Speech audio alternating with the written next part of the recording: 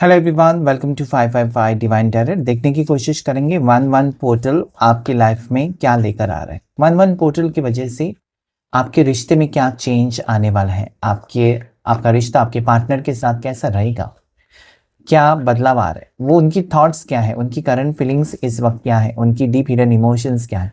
11 portal आपको मैं बताऊं तो बहुत ही पॉजिटिव है।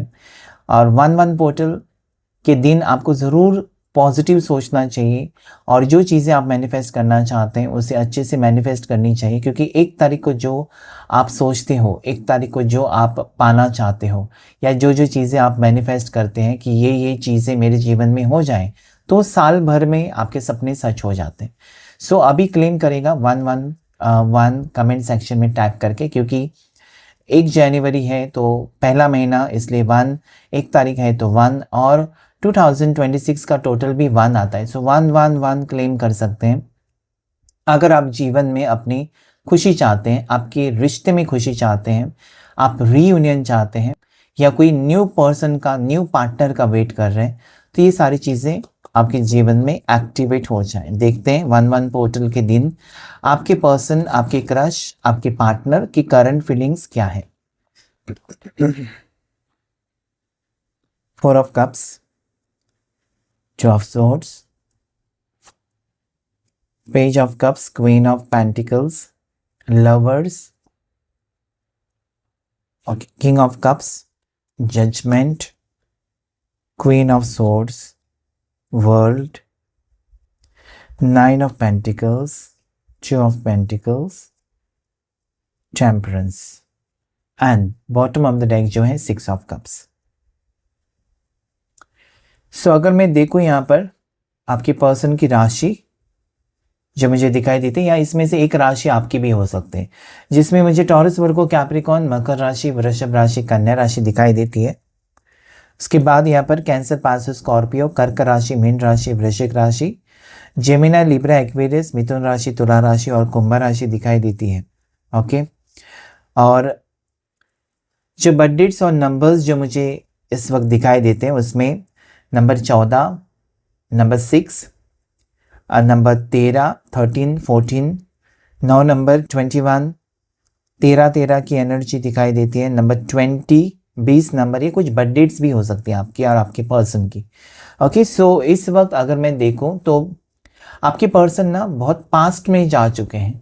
मतलब हो सकता है कि इन्होंने आपके साथ कुछ गलत किया, या इस इंसान ने आपके प्यार को नहीं समझा, आपको ठुकराया, आपका इंसल्ट किया, आपके प्यार का इंसल्ट किया, आपके इमोशंस के साथ खेला। सो ये पर्सन मुझे स्ट्रांगली दिखाई देता है ना कि एक जिद पकड़ कर बैठे थे, आपसे बातचीत नहीं कर रहे थे, आपको अवॉइड किया था, या हो सकता है कि इस इंसान ने आपको काफ़ी हद तक, जैसे ना मुझे दिखाई देता है कि अवॉइडिंग, ब्लॉक सिचुएशन, ब्लॉक करके रखा था, क्योंकि इनकी सोच बहुत ज़्यादा नेगेटिव थी, कुछ गलत फहमियाँ हो सकती हैं। ऐसे में ये पर्सन, और यहाँ पर ऐसी भी एनर्जी है कि पर्सन सीरियस नहीं थे इस रिश्ते को लेकर। मतलब एक काफ़ी टाइम से एक रिश्ते में ही थे आपके साथ, कोई कमिटमेंट नहीं, कोई सीरियसनेस नहीं, कुछ भी नहीं। सो ये पर्सन अभी मुझे लगता है ना कि काफ़ी सोचने के बाद या काफ़ी वक्त के बाद आपको लेकर एक स्ट्रॉन्ग डिसीजन ले सकते हैं, क्योंकि इनको पता है ना कि आप उनसे प्यार करते हो, इनको पता है ना कि आप कहीं ना कहीं इस पर्सन के लिए, मतलब अभी भी इनसे आप नफरत तो नहीं कर रहे हो, आप वेट करते होंगे, ऐसे आपके पर्सन सोचते हैं। कि करंट फीलिंग्स में मुझे दिखाई देता है ना कि इन्होंने काफ़ी वक्त आपको नज़रअंदाज किया है, आपको सीरियसली लिया ही नहीं। आपके साथ रिश्ता जो है ना उसे, मतलब no commitment, nothing like that, मतलब सीरियसनेस नहीं था, आपके समझ में भी नहीं आ रहा था कि ये पर्सन आखिर में चाहते क्या है। आपसे प्यार करके इस रिश्ते को आगे लेकर जाना चाहते हैं, या फिर ये रिश्ता ही रहेगा, उसमें कोई फ्यूचर नहीं है। क्योंकि अगर आप किसी रिश्ते में जाते हैं ना, अगर आपको घर के लोग ये पूछते हैं कि चलो शादी की उम्र हो गई, शादी करो, तो एटलीस्ट आपको कहना तो आना चाहिए कि नहीं, मैं ऑलरेडी किसी को पसंद करता हूँ।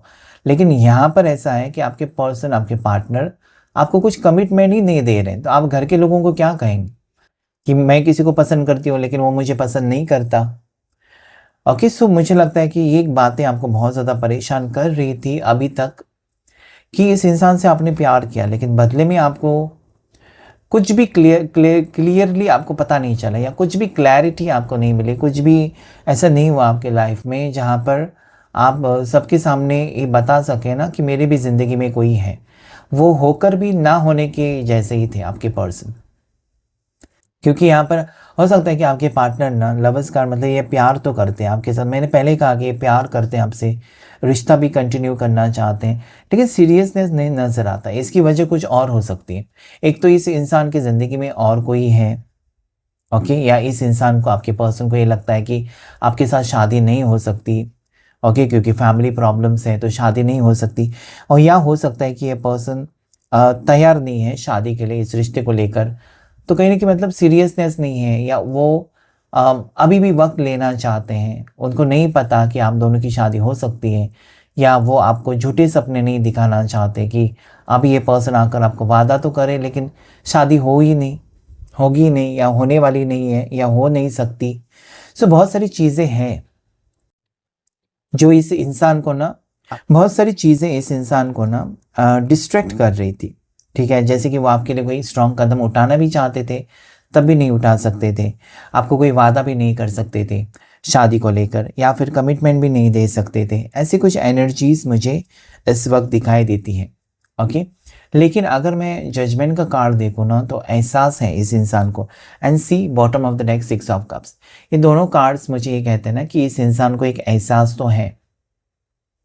आपके पर्सन को स्ट्रांगली लगता है ना कि एक सेकंड चांस देना चाहिए इस रिश्ते को। या ये दोनों कार्ड्स मुझे ये कहते हैं ना कि एक कार्मिक वक्त आपकी ज़िंदगी से चला जा रहा है, ख़त्म हो गया। एक ऐसा वक्त जहाँ पर आप सिर्फ और सिर्फ तड़प रहे थे, और इस रिश्ते को लेकर आपके पर्सन आपको कोई क्लैरिटी नहीं दे रहे थे। लेकिन आपके एंसेस्टर्स की ब्लेसिंग्स हो सकती हैं, और साथ ही साथ कहीं ना कहीं आपके जीवन में एक सच्चा प्यार यहाँ पर आते हुए मुझे नज़र आता है। अभी ये हो सकता है ना कि यही वो पर्सन है जिसको आपसे सच्चा प्यार है, वो आपको एक्सेप्ट करे, या कोई न्यू पर्सन भी हो सकता है ना जो आपको बहुत खुश रखेगा या खुश रखेगी, जिसके साथ आप कंफर्टेबल फील करेंगे। So this cards are telling me कि इस वक्त जो है ना आपके पर्सन आपके साथ रियूनियन तो करना ही चाहते हैं, ओके। इनकी एनर्जीज में एक कंप्लीशन है, या इन्होंने सब कुछ हासिल कर लिया, या इनका इरादा अभी पक्का है कि आपके साथ ही उनको रिश्ता कंटिन्यू करना है, आपके साथ ही उनको आगे बढ़ना है। एक सीरियस कमिटमेंट की एनर्जी भी मुझे दिखाई देती, जो कि यहाँ पर नहीं थी, या आपके पर्सन अभी तक फोकस नहीं थे इस रिश्ते को लेकर। प्यार है, लेकिन आपको ये, आप जैसे मैंने कहा ना कि प्यार होने के बावजूद भी आपको शक ही रहा है, या इनसिक्योरिटी आपको रही है कि ये कब छोड़कर जाएं, पता नहीं, कोई गारंटी नहीं, okay. So see again there is ace of cups and there is 10 of cups. तो ये कप्स की एनर्जी जो है ना, ये पर्सन अभी फील कर पा रहे आपके लिए प्यार। ये पर्सन अभी महसूस कर रहे हैं ना कि उनको आपके जैसा कोई मिलेगा नहीं, या इस पर्सन ने अगर और कुछ ऑप्शंस ट्राई किए हैं, घर वालों के कहने पर और कुछ रिश्ते देखे, या फिर हो सकता है ना कि इन्होंने आपसे दूर रहकर और कहीं किसी के साथ रिश्ता रखने के लिए ट्राई किया, या आपसे बेहतर कोई ढूंढ रहे थे। लेकिन आज इस इंसान को ये लगता है कि आपसे कोई बेहतर हो ही नहीं सकता, आपके जैसा कोई हो ही नहीं सकता। ये उनकी गलत फहमी है कि आपसे बेहतर उनको कोई मिलेगा, आपसे बेहतर उनको कोई मिलेगी। ये सब गलत फहमियाँ हो सकती हैं। इस वक्त मुझे लगता है ना कि पर्सन आपके लिए सबसे लड़ना चाहते हैं। इस वक्त मुझे ये लगता है ना कि पर्सन रेडी है कि वो आपके लिए स्टैंड ले। इस वक्त पर्सन ऐसा महसूस कर रहे हैं ना कि बहुत हो चुका, बहुत वक्त ले लिया, अभी सीरियस हो जाना चाहिए। क्योंकि यहाँ पर मुझे दिखाई देता है ना कि इस इंसान को आपके साथ जो ज़िंदगी है, या आपके साथ जो भी वक्त इस इंसान ने स्पेंड किया है, चाहे वो 1 महीना हो, 1 साल या 10 साल, जो भी है, इसमें उनको खुशी मिली है। ये इनको, इस पर्सन को ऐसा लगता है ना कि आपके साथ एक कंप्लीशन है, आपके साथ एक अलग एनर्जी है, आपके साथ एक सुकून है, और वो सुकून वो ज़िंदगी भर चाहते हैं। ये रिश्ता वो ज़िंदगी भर चाहते तो हैं, या उनके मन में तो चल रहा है कि आपको अपना बनाना चाहिए। यहाँ पर दोनों के बीच में एज गैप हो सकती है। एक रीज़न जो मुझे दिखाई देता है ना कि एज गैप की वजह से पर्सन आपसे दूर भाग रहे थे, या फिर एज गैप की वजह से वो शादी नहीं करना चाहते, शादी के बारे में नहीं सोचना चाहते थे। ये हो सकता है, एक वजह हो सकती है, या फिर कास्ट प्रॉब्लम भी हो सकता है जिसकी वजह से डर के मारे ना ये पर्सन आपको एक्सेप्ट नहीं कर रहे थे। एक्सेप्ट नहीं कर रहे थे मतलब ये स्ट्रॉन्ग कमिटमेंट नहीं दे रहे थे। एक्सेप्ट तो किया था, प्यार यहाँ पर है मतलब एक्सेप्ट तो किया, नहीं तो प्यार कैसे करते, क्योंकि लवर्स है। लेकिन आज इस इंसान को ये लगता है ना कि आपको ठुकरा कर, क्योंकि आपकी कास्ट अलग है या फिर आप उनसे एज में बड़े हो, वो आपसे छोटे हैं, इसकी वजह से, ये फालतू रीजंस की वजह से वो जो ऑलरेडी ईश्वर ने तय किया है, यूनिवर्स और एंजल्स ने ऑलरेडी आपका रिश्ता जो तय किया है, वो फील कर पा रहे, वो फील कर पा रहे ना कि आप दोनों एक सोलमेट कनेक्शन में हो।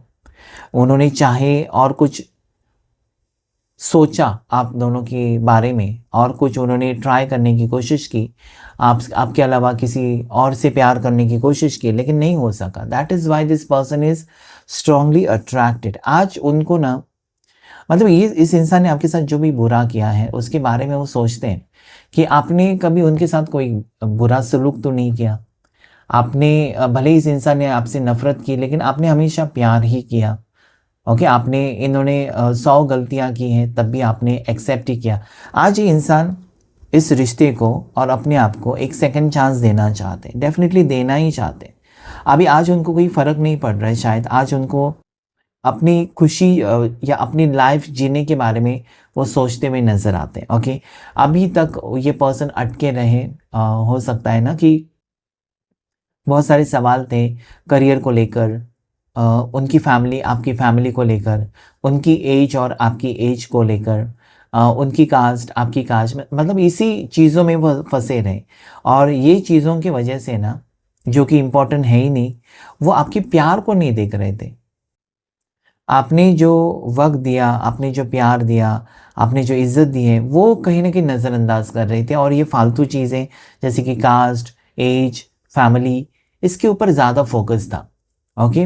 लेकिन आज ये पर्सन माफ़ी माँग सकते हैं, या फिर ये पर्सन आपको जीतना चाहते हैं। ये पर्सन एक नई सुबह का, कहीं न कहीं एक नई सुबह आपकी ज़िंदगी में आ रही है, जहाँ पर पर्सन की थॉट्स चेंज होते हुए नज़र आएँगे आपको, या पर्सन पूरी तरीके से बदल चुके हैं। ओके, इनका हार्ट चक्रा, क्राउन चक्रा एक्टिवेटेड है, जिसकी वजह से एक सही डिसीजन ले सकते हैं। ओके, सबके सामने ये आपको एक्सेप्ट कर सकते हैं, ये कह सकते हैं ना कि मैंने इससे प्यार किया और इसी के साथ मुझे ज़िंदगी बितानी है। तो एक स्ट्रॉन्ग यहाँ पर एनर्जी है। ओके, कि सबकी जो चीज़ें, जो नेगेटिव चीज़ें हो रही हैं ना, उसका सामना करने की हिम्मत है इस इंसान को, और आपके लिए स्टैंड ले सकते हैं, जो अभी तक नहीं लिया था। सो 11 पोर्टल मुझे लगता है कि पॉजिटिविटी और बैलेंस लेकर आ रहा है आपके जीवन में। जो कि बैलेंस यहाँ पर बिगड़ा था वो यहाँ पर बनते हुए नजर आते हैं। मतलब इस इंसान को ये फील होता है ना कि सुख दुख में आपने हमेशा उनको सपोर्ट किया, साथ दिया, और ज़िंदगी भर वो ही चाहते हैं वो।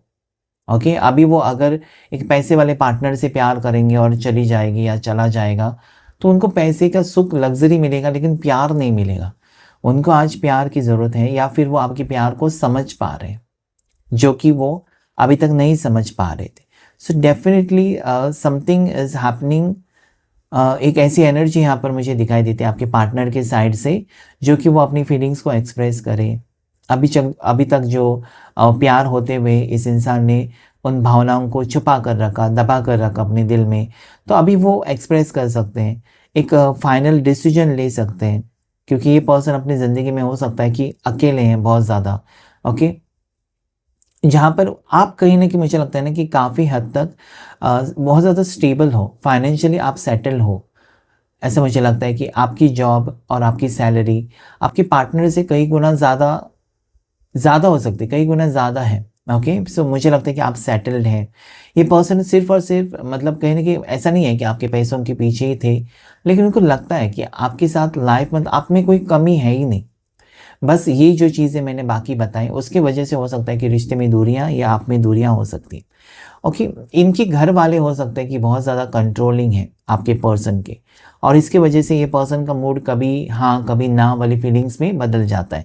कि कभी कभार वो बहुत अच्छे से प्यार जताते हैं, लेकिन घर जाते वक्त या घर जाने के बाद ना वो बहुत ज़्यादा नेगेटिव हो जाते हैं। आपने देखा होगा कि काफ़ी टाइम ये आपके साथ घूमते हैं, शॉपिंग करते हैं, मूवी देखते हैं, तब तक तो बहुत अच्छा मूड होता है, बहुत अच्छे से बिहेव करते हैं। लेकिन जब वो घर जाते हैं ना, अचानक उनके स्वभाव में चेंज आप देखते हैं कि ये बात नहीं कर रहे हैं, फ़ोन नहीं उठा रहे हैं, फ़ोन कट कर रहे हैं, या फिर अजीब-सा बिहेवियर आपने देखा होगा। तो this is toxicity, this is negativity. कहीं न कहीं इस इंसान के माइंड को चेंज करता है। ओके, कि क्योंकि आपके आस-पास का जैसा माहौल होगा ना, वैसे आपकी सोच होती है। आपके आस-पास के लोग, अगर सभी लोग पॉज़िटिव हैं, तो डेफ़िनेटली आपकी वाणी पॉज़िटिव होंगी, आपकी सोच पॉज़िटिव होंगी। लेकिन आपके आस-पास का माहौल ही गंदा है, वहाँ पर गालियाँ दी जाती हैं, गंदे शब्द का इस्तेमाल किया जाता है, झगड़े, लड़ाई, ये सारी चीज़ें होती हैं। सो आपका माइंड के ऊपर उसका इफ़ेक्ट होगा। तो हो सकता है कि इंसान आपके ऐसे फैमिली से बिलॉन्ग करते हैं जहाँ पर ये सारी चीज़ें हैं, जैसे कि इनकी फैमिली जो है, इनका पॉलिटिकल बैकग्राउंड हो सकता है, या ये लोग जो हैं कहीं न कहीं इनके मदर फादर का डिवोर्स हो चुका है। ऐसे कुछ सिचुएशन से गए हुए पर्सन लगते हैं और अपनी लाइफ़ को सीरियसली नहीं लेते हैं, ओके? इसलिए वो इस रिश्ते को भी सीरियसली नहीं ले रहे थे। तो सिर्फ़ आपसे परेशानी नहीं थी, या फिर आपकी कुछ बातों की वजह से पर्सन दूर नहीं भाग रहे थे, बल्कि बहुत सारी और भी बातें हैं, जो इस इंसान को ना डिस्ट्रैक्ट कर रही थी। जैसे कि लवर्स, मतलब प्यार है, लेकिन और कुछ बातें डिस्ट्रैक्ट कर रही थी इस पर्सन की सोच को। करीब आना तो चाहते थे, लेकिन कुछ बातें उनको रोक रही थी। लेकिन आज वो एक पर्सन, आपके जो पार्टनर हैं, एक पास्ट लाइफ कनेक्शन फ़ील करते हैं। मतलब उनको लगता है ना, रह कर कि कुछ तो बात है या इस रिश्ते में, कि मैं उसको भुला नहीं सकता या भुला नहीं सकती। तो कहीं न कहीं परेशान है। वो अपने सवाल का जवाब ढूँढ रहे हैं, या ऐसी मुझे यहाँ पर एनर्जी आ रही है कि पर्सन डेफ़िनिटली आपको लेकर सीरियस है, सीरियसली सोचते हुए नज़र आते हैं। वापस आने की एनर्जी भी है, क्योंकि एक सेकंड चांस ये पर्सन चाहते हैं। आप दोनों की बीच की दूरियाँ मिटती हुई नज़र आती है, क्योंकि यहाँ पर जजमेंट कार्ड में आर्कएंजल गैब्रियल यही कहते हैं ना, कि इस वक़्त पर्सन को ऐसा लगता है, या पर्सन ऐसे सोच में है कि उनको एक डिसीज़न लेना ही है। अभी वो अवॉइड नहीं कर सकते आपको, या फिर अपने फीलिंग्स को। ऐसी एनर्जी भी यहाँ पर मुझे दिखाई देती है ना, कि पर्सन को आना ही है आपके लाइफ में वापस, और उसके लिए वो रेडी है। ओके, सो देखने की कोशिश करेंगे कि आगे वो पर्सन क्या एक्शन ले सकते हैं, क्या स्टेप उठा सकते हैं आपके लिए।